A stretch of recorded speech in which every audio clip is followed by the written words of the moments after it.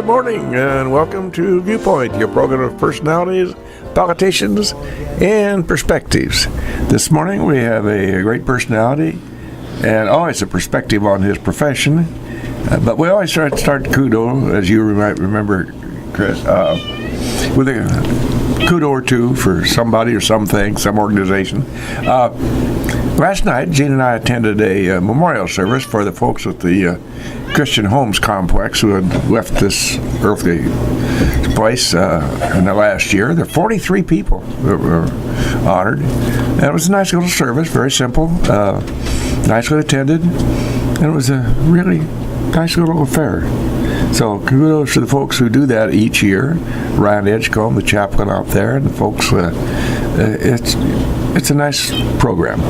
Mrs. Busby, I think we talked on the way up here under car talk about a possibility that you suggested, a good kudo. I thought it was outstanding. Go right ahead, if you remember. Well, right now, I'm sure in most people's minds, Illinois American Water of Lincoln, America is probably dirt, you know. But doo-doo happens. That's life, right? And so it did. And at least they made arrangements to get water that they could give to people. Yes. I suppose it'll be 6 months before I get over looking at water at the grocery store and thinking, maybe I should get some. You know, you never know. Well, they did step up. But they did step up to the plate, and I'm sure that they are the most sorry of all of us that had to happen. But it did. So at least they gave you water if you knew where to go. Yeah. That didn't seem to be part of the announcement. I should have written it for them myself. Well, I went right over to IGA, and that very morning it happened. They got a couple of gallons. They were just taking it off the truck. And Charlie, he said that'd be $25. Yeah. By the way, they are, you know, as always, they step to the plate over there at IGA, doing such a great job for our community. We do have a guest this morning. Yeah, we do. He may want to get lambasted by some of the folks out there, both those listeners. Yes. Speaking, again, of names that maybe aren't too popular right now.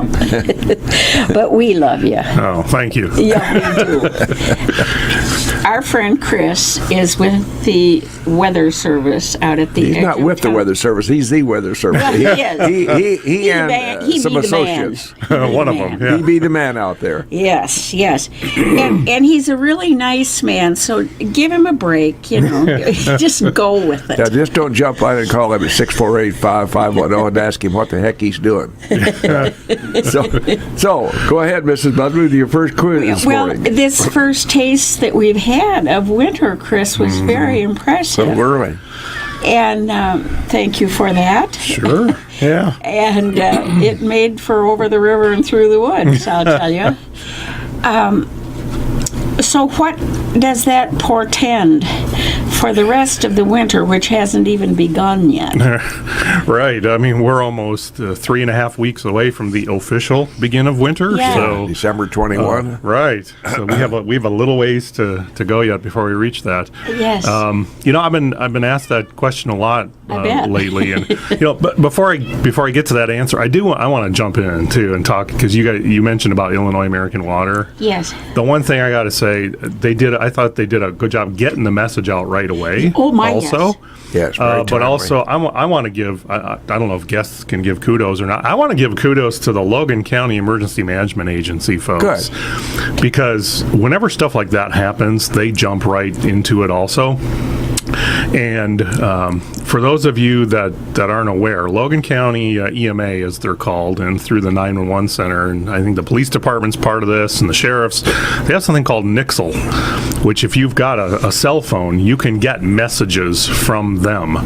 And they sent a message, I got it on my cell phone right away, saying that there was an issue at the water plant, and it came at about the same time that the water company sent out a message for that. So, but if there's other things going on around the community, whether they're weather-related, non-weather-related. That's just some stuff people need to know about. Yes, Through and the quickly. police department quickly, or of an emergency type matter. Let's say there's a hazardous material situation. Remember there was that train derailment in Elkhart about a year and a half ago or so, maybe 2 years ago. They sent messages out right away through that saying what's going on. So kudos to them. Logan County EMA does a really good job. Dan Fulcher, Kendall Carruthers, and the folks out there at EMA, they've got a whole crew of people that help volunteer and help them. So they did a great job with that too. And they're there, kind of the unsung heroes. You know, when really? If there's a big fire in town, the fire department's there. They're doing a great job. They're getting aid from other areas around to help them. But EMA is there to make sure that the guys and gals working for the fire department get their bottled water or something to eat if it's a long affair. So they do a good job helping people out too. The other thing is some restaurants are just, they weren't prepared for that lack of water. Yes. And therefore, they had to have timely notice to make their plans to close. Yeah, absolutely. So there's so many moving parts in all this, and that we know nothing about. Exactly. Well, if they're unsung, let's get them in here, Judith Kane. We'll sing for them. Okay, well, I've had a lot of comments about my singing. That wasn't one of them. Justifiably. But addressing the question you asked me about the weather, I'll tell you this: 2018 as a whole, and we got a little over a month left before the year closes out here, has been a very, very unusual year weather-wise. You think back earlier in the year, last winter was pretty mild. We didn't have a whole lot happen in January, February. And then everybody said, mild winter, this is great. And it was. Here comes spring. What spring? Because what ended up happening was we ended up getting a snowstorm on Palm Sunday. We got snow on Easter Sunday. We had snow in April 1st, and that was no fooling, right? I mean, and then April 8th, the Sunday after Easter, snow again. So we got more snow between, I think, about March 21st, the actual start of spring, and the middle of April than we did the whole winter. It was just insane. And then when we got to May, it got really hot. Then it was like, immediately it's in the 80s. And it stayed that way through the summer. It was, we had 90-degree temperatures throughout a lot of September. It was a very warm September. Yes, it was. And everybody's like, okay, we've had enough of this. We've had, 5-6 months of this hot weather, warm weather. Let's go, here comes fall. And I know for a lot of people that I talk to, they say, fall's my favorite season. And it is mine, too. I love fall. The temperatures, and if we would have had it, exactly, because we had fall for, I think, a week or two in October. And the first week of November, I remember on Election Day, going out, voting, and it was pretty mild. Temperatures were good. It was a little rainy, but not too bad overall. But mild, warm. And then after that, the bottom dropped out.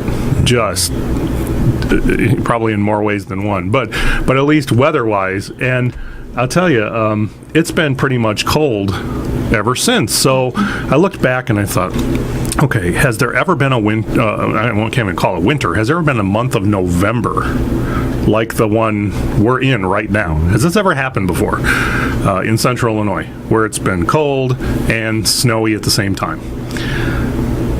This has happened 5 times in the past. Okay. The whole past? Well, when I look back at this, because when we look at like El Nino, La Nina stuff, we go back to 1950 to look at this. This happened in 1951. Actually, it happened in 1950, 1951, 1955, 1959. So 4 years in the 50s, and then 2014, just 4 years ago, we had a November, very similar. In fact, a lot of people are saying, this is probably going to be the coldest November on record for central Illinois. 2014 was actually colder. Oh, really? Yeah. So now we're going to be in the top 5. It's definitely, don't get me wrong, it has been cold, it has been snowy. We're not denying that. So I said, okay, in all those cold, snowy Novembers, what happened the following winter? Is there anything we can draw from that? Every single one of now it's only 5, but every single one of those 5, the following winter, temperatures were actually pretty mild. Really? Snow-wise, 4 of the 5, it was below normal snowfall. In fact, 4 of those 5 winters, the snowfall that occurred, they had more in the month of November than they did in December or January or February. So it's kind of unusual you would think, okay, we're in this cold weather pattern, it's going to stay. But it doesn't look like that's going to happen. Well, to what do you attribute this good fortune we're having today? Yeah. Going to church. Oh, I tell you, yeah, that's about it, right? I looked at it and I thought, well, maybe it's something like El Nino, La Nina, the things that kind of drive weather patterns all over the northern hemisphere in the winter, and we can't correlate that to anything really, because one couple years it was El Nino, a couple years it was La Nina, another year it was neither. So there's really nothing except just the kind of the natural variability of weather just varies, and some weather system somewhere in the northern hemisphere is blocking some flow, and it's causing the cold air in Canada to kind of buckle up and come on down into the Midwest. Leak into it. And it's leaking down. Yeah, exactly. It's coming down into the Midwest. Now, we do see by the end of this week, we're talking this morning, it's almost 10 degrees outside. It's very, very cold.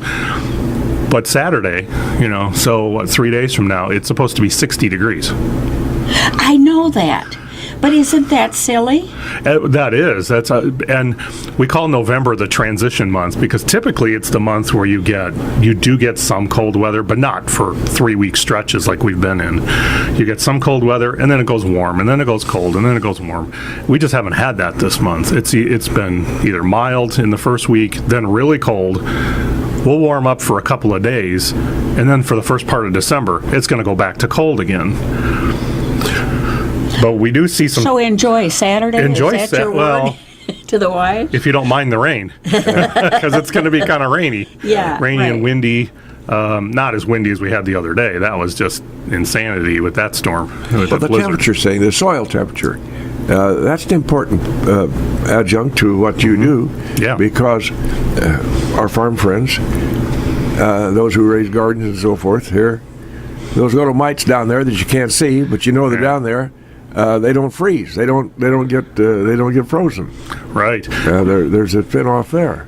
Yeah, exactly. And even though we've been in this cold stretch, the ground is still pretty soft in spots. We've got some ice in some low-lying areas and things like that, but we really haven't developed a very deep frost, that's for sure.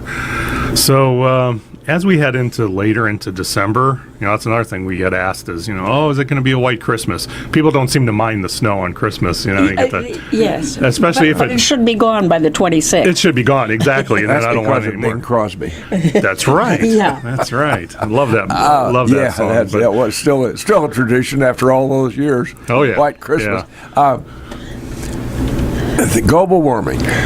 Oh, Yep. gosh, yes. Yeah. I think most of us who were kind of on the fence on that maybe are getting shoved over to the side of really believing in global warming. Mm-hmm. What are your comments about global warming, Mr. Miller?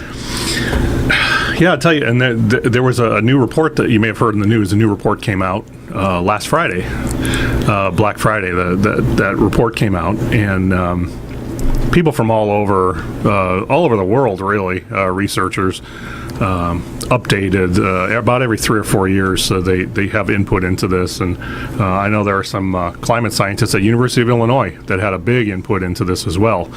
And I'll tell you, when it comes to climate change, I think one of the things that when it gets in the political arena, where people start to talk about it, is who's at fault? Is it all man? Is it all everything we've done? And the Democrats blame the Republicans. The Republicans are going to blame the Episcopalians. Yeah, exactly. So there's a lot of finger pointing going on. Yeah. Climate change, when you look at it's occurring. It is occurring now. Is it occurring right here? Are we being impacted? Because every time you look at weather, climate, it's local, because it's where you live. It's how it affects you, not necessarily somewhere 100 or 1,000 miles away. Are we seeing the impacts of it here in central Illinois? Temperature-wise, really not so much. No, we really aren't. You look back, and even when you're talking about climate, we can look back 150 years of temperatures here. That's not a real long time when you're talking about climate, but that's all we have. And when you look at 150 years of data, the temperature changes are really minor. We're talking maybe a half a degree increase. It's really not much. Now, if you go to, and I was just talking to one of my coworkers about this yesterday, NOAA, our agency, has a station in Barrow, Alaska, which is way up on the north. It's on the Arctic Ocean, far northern, about as far north as you can get. They look back at their temperature records. They have warmed about 8 degrees. That is huge. That's quite a bit. And we are seeing the Arctic Ocean, the ice on the ocean is less and less each year. It comes back in the winter, but each summer, usually in the summertime, up there, way up at the North Pole area, you'll still have ice, but there's less and less of it. So there are some that say, well, it's natural, it happens all the time, kind of a thing. Not really to that extent, it doesn't. So we tend to see these changes more at the poles. North Pole, South Pole, Antarctica, we're seeing some big changes there. Oh, you've seen those big icebergs, how they calve. Yep. Huge. Yep. Yeah. So there are impacts there. Now, we've gone through cycles in the past on planet Earth, long before we were here, and there's going to be cycles long after we're here. We are in a cycle right now where warming would be occurring. Now, to say, is man the only cause of this? I don't believe man is the only cause of it. We have contributed, but we're not the only cause, because we're in kind of an upswing cycle anyway. The cycle that we're in, some of this warming at the poles was going to start happening anyway. I think what's happened, when you look at some of the research, what's happened is, yes, we are putting more carbon dioxide and some of these greenhouse gases into the atmosphere. We are. We're speeding it up a little bit. As a world, we are, not just as a country. But as a world. The world. In fact, if you look at other countries, probably one of the biggest offenders is China.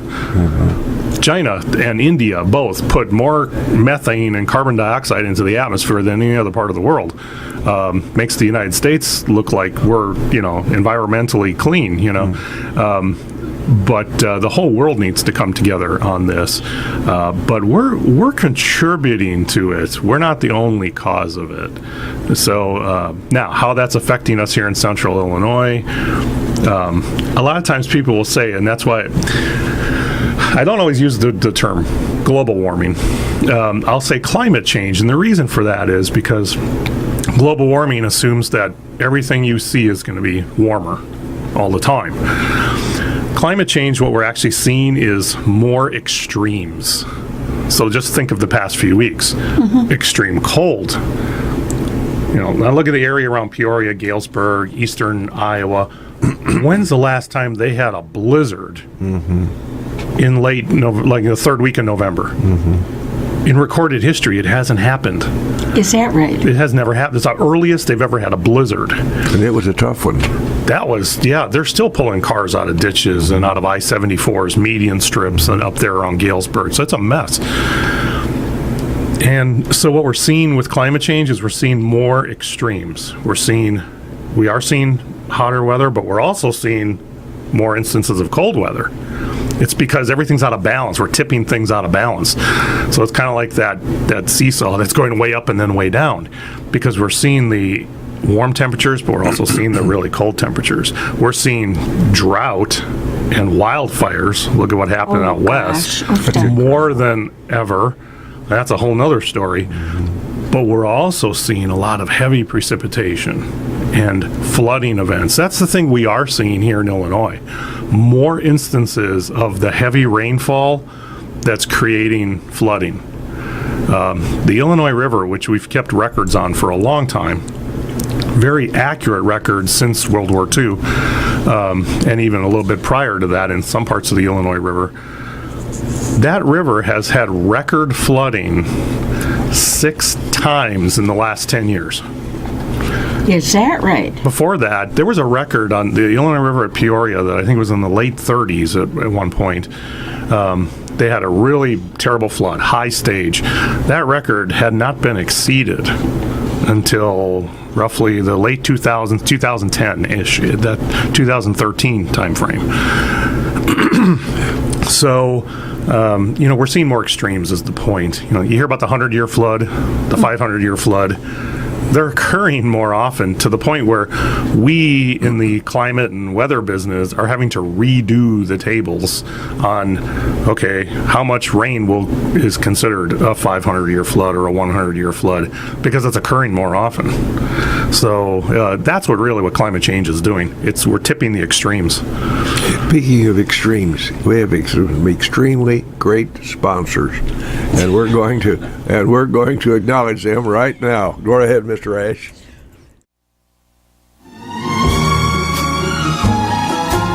And we're back live in the studios here at WLCN. Our guest on Viewpoint is the shy, hard to get to talk, yes. Chris Miller. Chris Miller has been with us at our Lincoln Weather Service for many years. How many, Chris? Oh, goodness. Anyway. 24 years. 24 years. Is it really? 24. Well, isn't Lincoln better than Barrow, Alaska? Oh, much better, yeah. No, I tell you get sent to Barrow, there's something going on. You're being punished. When I think of Barrow, I think of a great Will Rogers, our cowboy comedian who was killed. He and Wiley Post, the one-eyed flyer, Yes. Point Barrow, Alaska. Mm-hmm. Yeah. Chris has been with us at the weather station. For those of you who have been running around snug in your rugs all the time, and don't know what that big bubble is on the east side of town. It's not a big golf ball teed up there. Chris does a great job. He and his associates. You have a big staff out there. Let's address that staff just a minute. Now, I want to talk about coastal flooding. Sure. Yeah. Our staff really dedicated folks. I mean, you talk about when the forecast goes south every once in a while. That may occur. Nobody takes it to heart more than the guys and gals that work out there, I'll tell you, because they want to get it right. They want to do it the right way. And we have 23 bless people. Their hearts, how many people have 20? Yeah, we have 23 people out at our office. Are you at 24/7? We are. We're Yeah. 24/7. 365. That takes a lot of people. We opened in February of 1994, and we haven't closed since. We don't get a snow day. When you are prepared to bunk in if you have to. Yeah. Oh, and that's happened.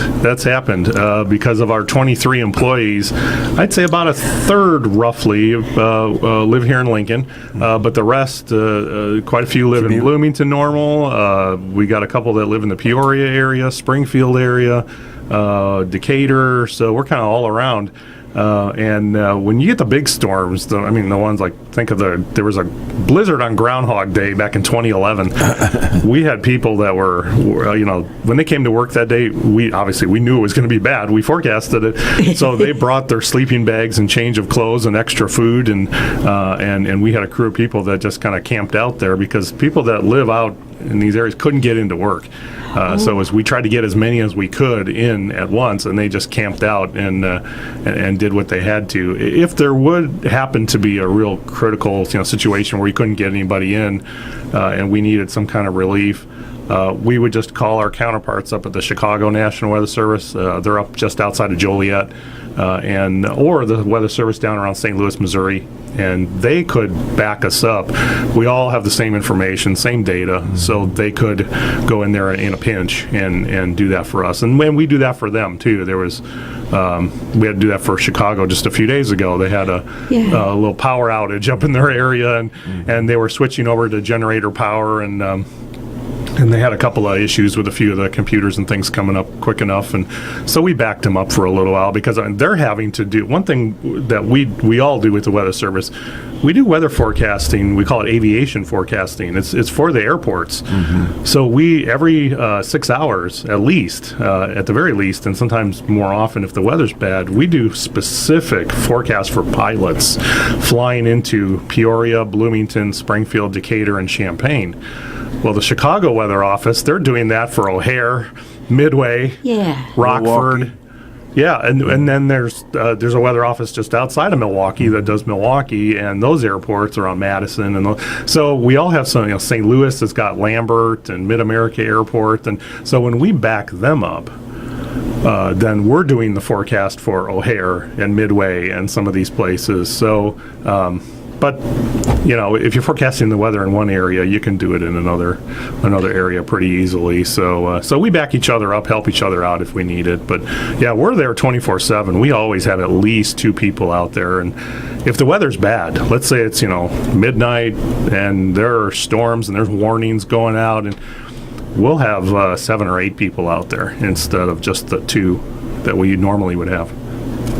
So why will China and India, for instance, not recognize the fact that we're all living on the same planet? You're getting it, isn't he? He's not the Secretary of the Interior. I don't know. Yeah, well, but he might be next year. Oh gosh! Just from what I've from what I've read about and what I've heard in those areas, a lot of it's economic. It's purely economic because it's industry that's driving it, and it's not. I'm not saying industry is a bad thing. we need our economy. We need jobs. We need these things. It's just that there are ways, and we've done this a lot in the United States, where we've come up with ways to kind of eliminate the great number of, or the great amount, I should say, of emissions. The smokestacks, pumping stuff into the atmosphere, and but also. Where they really run into problems in those parts of the world, you're talking, most of Asia, is water pollution. Lots of chemicals and stuff getting dumped into rivers. And I know in some circles, the EPA may not be the most popular government agency, but what it does do, and this brings us back to our discussion about water, because imagine in this country if companies just dumped whatever chemicals they wanted to into streams and rivers and they used to do that. They used to, and like I said, in the United States, I think we've gone a long way to really help and try to clean up our environment. And one thing I like to tell people too about climate change is, no matter what side of the argument you're on, whatever political stance you have about it, we're all sharing this planet. And we need the resources. We need the air to breathe. We need the water to drink. We need the resources, the crops we grow, and the produce and the animals and everything to help us sustain life. At least can we just be stewards of our planet, and so we can have these resources for our lifetime, but for the lifetimes of future generations. Right. Really, that's what it's all about. And if we do that kind of thing worldwide, now you're talking, now we're helping. We're helping, Mother Earth try to sustain herself as long as she can. Sustain it. Yeah, exactly. Right. Bill wanted to ask you, do you mind if I speak for you? Why don't you do that? Okay. That was a lot in my house, so you go right ahead. He wanted to talk about... I'm right at home, Chris. Oh, heck. He wanted to ask you about the cities that are right on the coast. Coastal flooding. Yeah. Sure. Potential for that. We've all seen studies about that down the road many years hence. What could happen to the Miamis or the Venices and the folks who are right down there, New Orleans, who are already below the water line. Yeah. I looked that up recently because I was giving a talk to an insurance group up in Bloomington Normal. Huge group of people, and one of the questions that was going to come up was, how much of the U.S. population lives on a coastline? And when I looked at the number myself, I was pretty amazed. You look at America. What do we have? Over 350 million people that live in the United States, and it's almost half. Really? of our population lives on coastline. And when we define coastline, we say, it's the Gulf Coast, Atlantic or Pacific, or around the Great Lakes. Okay. So, and I'm not talking about, and I know you're from Minnesota, the land of 10 million lakes. But we're not talking about lakes like that. We're talking about Lake Superior, that type of thing. Coastline. No, we've got that too, Yeah, that's right, you do, up around by Duluth, yeah. But it's almost 45% of the U.S. population lives on a coastline, and that doesn't include the people that, I know a lot of people that are going down to the south for the winter. Oh, yes. Going to Florida, and so now you've got the folks that are there seasonally, that type of thing. So there's a lot of the U.S. population on a coastline, and it's impacting the coastlines. Studies have been done. Some of the results are scary, depending upon what study you look at. There are so many different variables that go into this. And, if you look at the worst case scenario, which is we melt all the ice in Antarctica and Greenland and all, well, that's not going to happen in our lifetime, okay? We're not going to see all the ice melt.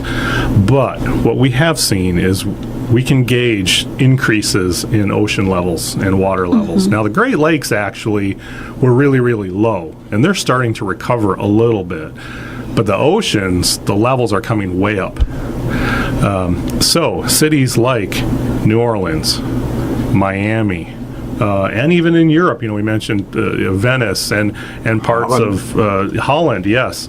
Off the North Sea, those areas, those water levels are coming up.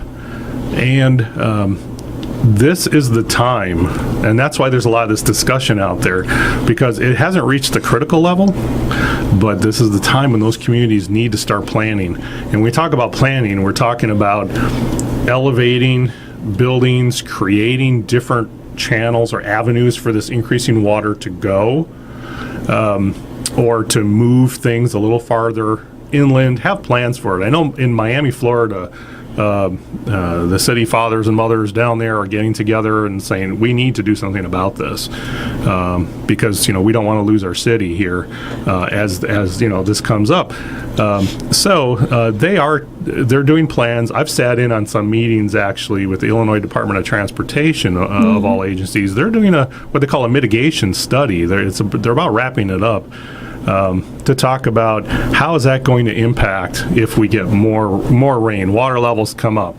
If we're having a lot of flooding on rivers, how is that going to affect bridges and our infrastructure? So now's the time for these communities to start looking at this. Definitely. Chris, how does one get to be? Because everybody's so doggone gender sensitive, I'll say weather person, weather man. This is a very finite profession. A lot of education's involved in becoming a professional weather person. Lead us through that process. Sure. I talk to young people about Mind you, this we have a to get lot. off the air at 9 o'clock. Right. Oh, yeah. Oh, not a problem. Not a problem. That's another thing interesting that we were just talking about the other day at our office. We have a science officer at our office. He's been there a number of years. His name is Lyle Barker, and he does a lot of our research and training and things like that with us. And he mentioned to me, he said, it's interesting to note as he's talked to people all over that have a career in meteorology, because he used to work at the National Hurricane Center in Miami for a while. He was in Goodland, Kansas for a while. Came to Central Illinois. He was in Alabama. He's been all over the place. And he said all the people he's talked to have said that they developed an interest when they were young. For myself, I was 8 years old when I said I want to be a meteorologist. Really? Yeah, and what triggered that, Chris? that's a good question. Yeah, it was just something inside me that I was fascinated with how weather worked. I wanted to learn more about it and learn how it developed, and I was actually scared of storms when I was a kid. Interesting. But I wanted to learn more about it, and my mom helped me out with that. She took me to the library. This was long before the internet. Yes. And when we actually went to libraries and took books out, and I'll tell you, that really stoked my interest in it, because the books did a fairly good job of keeping my interest, but I wanted to know more. Tornadoes. I was fascinated with tornadoes, and I want to know, how do these things develop? Why do they do what they do? How do they get there in the first place? So I just pursued it. It was something that I just always had an interest in. And I would say now our staff here in Lincoln, we've got 17 meteorologists. I said we had 23 people, but the Yes. other 6 people on staff are computer experts, electronic specialists, administrative assistant, those positions. Right. But of the meteorologists we have, I think all but about 2 or 3 developed this interest when they were under the age of 10. Oh, that's so little. Yeah. But there's a significant amount of academic work. Well, and that's the thing. When you're in meteorology, when you study meteorology, we don't actually get to meteorology things till later in college. You got a few basic classes, but we're taking a lot of math, a lot of physics, chemistry, things like that. We're actually studying the same things that engineers are studying because we want to know the atmosphere moves like a fluid. It is a fluid. I mean, the air we breathe is a fluid. And we need to know the dynamics of how that works and how temperature works and changes and things like that. And so we learn all the basic things about that. Then we get into the meteorology portion of it.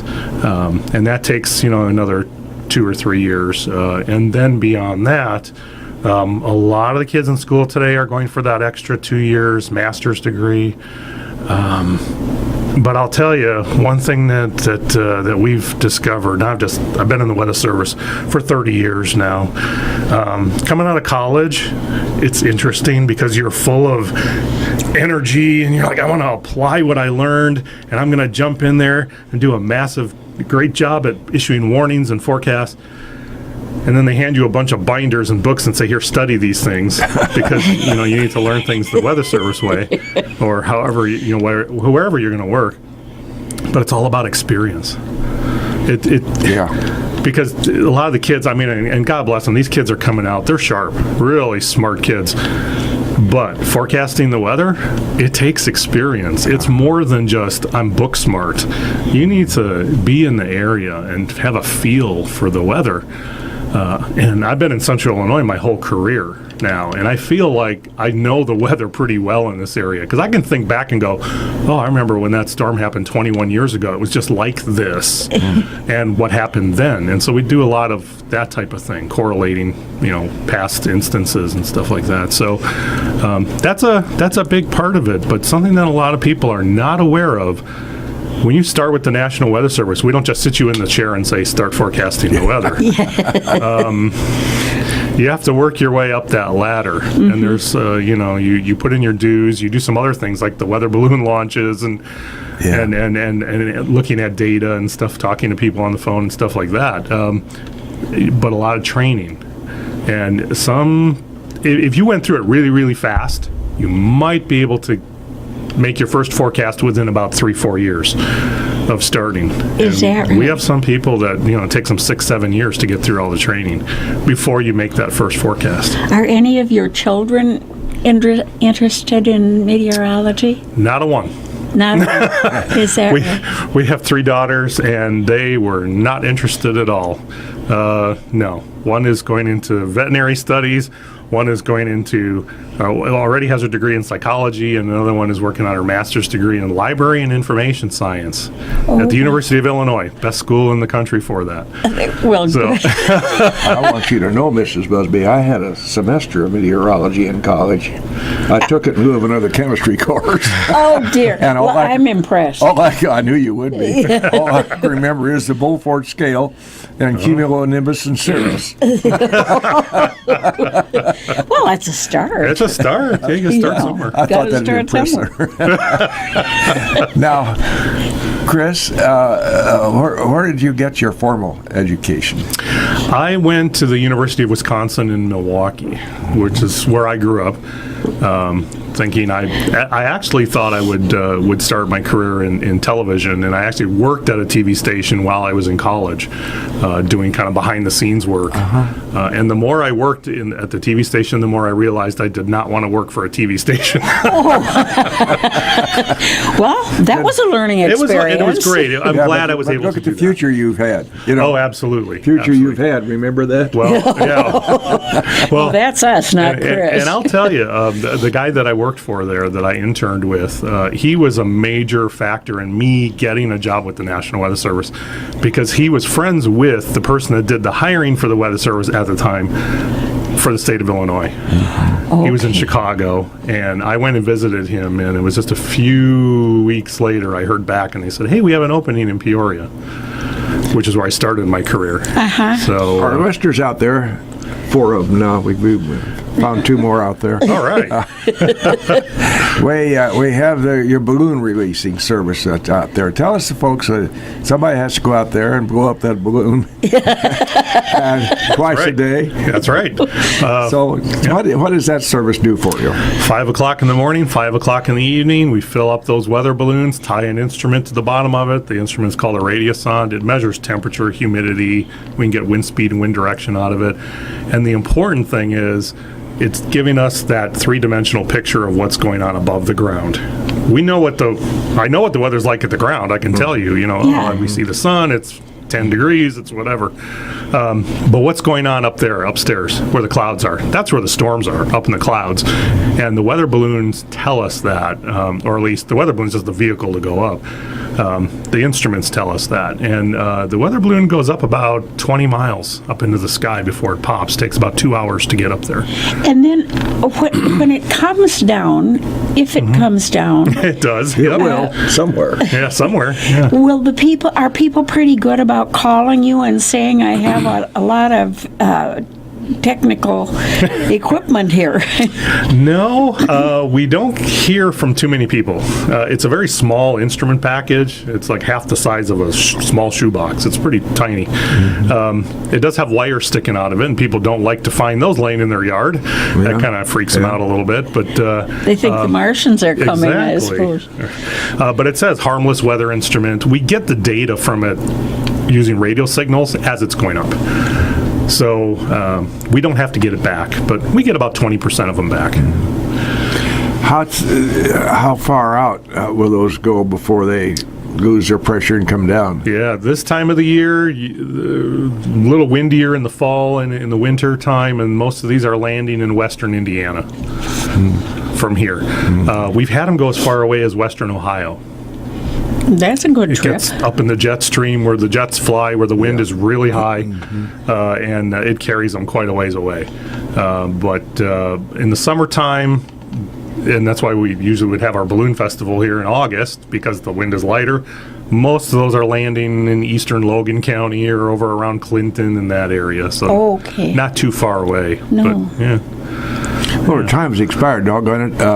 Our guest this morning is Chris Miller, our local weather service out here. Judy and I love to have Chris because we can just sit back and take a ride. I do all the talking. Yeah. And I mean that seriously, because of his vast knowledge and his ability to impart that knowledge to both of our listeners out there. The 4 of them. So, Chris, we appreciate your coming with us this morning. I know it takes time out of your busy day. And those of us out, I'm serious, but the listeners, they really enjoy hearing about something that's here on the east side of town. We always try to close Viewpoint with a comment, and somewhat analogous to the day.